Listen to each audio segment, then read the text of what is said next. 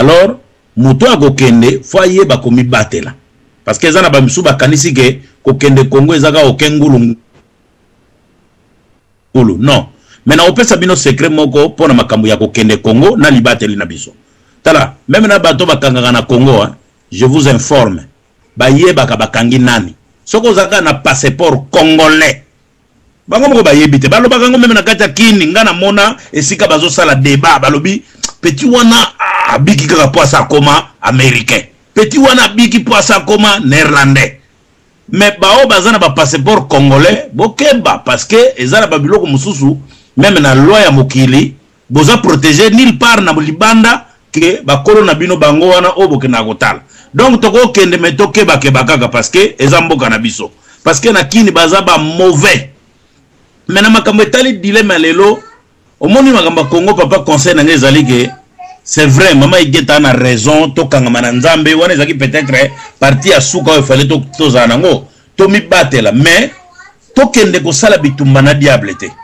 parce que diable soko ke ko bundisa ye même na nzamba ko mituna lobi mais non na tikela ki bino permission bokende ko bunda na satan te na lobaki bondi melanga na bundela bino mais tangu yo ke vers satan balobi na yo ke mama tata oui papa. Pardon vraiment, Desvena Kata, Papa Véron Malobate.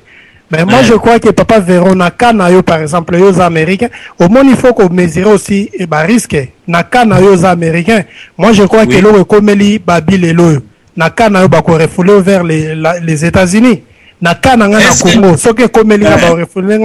vers les Pays-Bas. Donc, quand il y a Babil, par exemple, c'est différent na biso par exemple. Il y a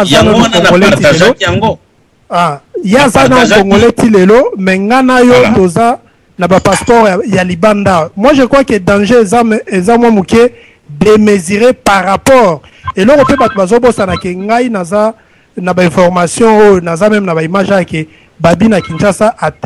asala ki be mission belé asala ki be mission belé na Congo yango pesa ligne de cause o aza arrêté to mona ki on tama bomi armand moi si entre guillemets a filma ki scène wana après avoir kokangai moi je crois que ba refoula ki vers le Canada moi je crois que danger za moins na bato o baza quand même na mo protection moko ya ba passeport ali bandana ba o baza no ba congolais peut-être na sens wana. Bon, merci beaucoup, Papa Nangaï, chancelier Nagani, sont complétés kaka idée na lobaki, on a yebi sabandeko baza ba résident avec passeport congolais ke koko kende Congo mais bokeba parce que ngana yebi esika mususu na mona na Kinshasa bazo yeba vraiment que mwalumba ye yo photo kangaye mais bango moko na kata masolo na bango papa chancelier balobi azobi kaka po aza américain. Imaginez-vous déjà que Moutalinga Kangazo le banoke pose américain azo banga yo. Mais aza faible. Alors on est allé qui pona départager ko kitana biso na Kinshasa en matière ya combat ou bien ba mikanda auto detenaka. Na ko pesa susu conseil mususu.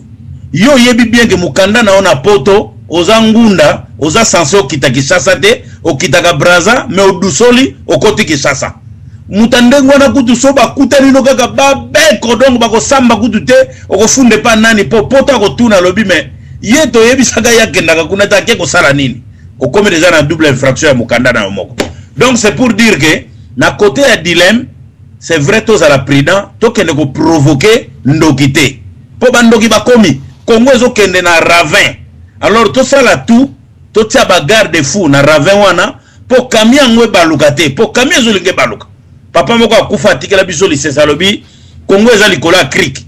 Alors soki botie mabaya bien te petit na bo chauffeur a koti na se cric soki longwe omona kamie kwei donc Congo eza na ebite na makambo ba beteli biso lelo Congo eza na ba problème belé na lingu to kota na politique te po sinon te to sala thème mususu ya balkanisation ozomona donc papa et boto émission zeki toko Tokende Congo mais tokeba. Merci beaucoup. Merci Tosukisi et papa na biso donc pambu to pesi op 2 minutes vraiment to komi na suka émission na biso e boto. OK, e boto DTV. Na remercier bande nyonso ba pasiawa ba mbota trop na bino nyonso. Na loba boyi.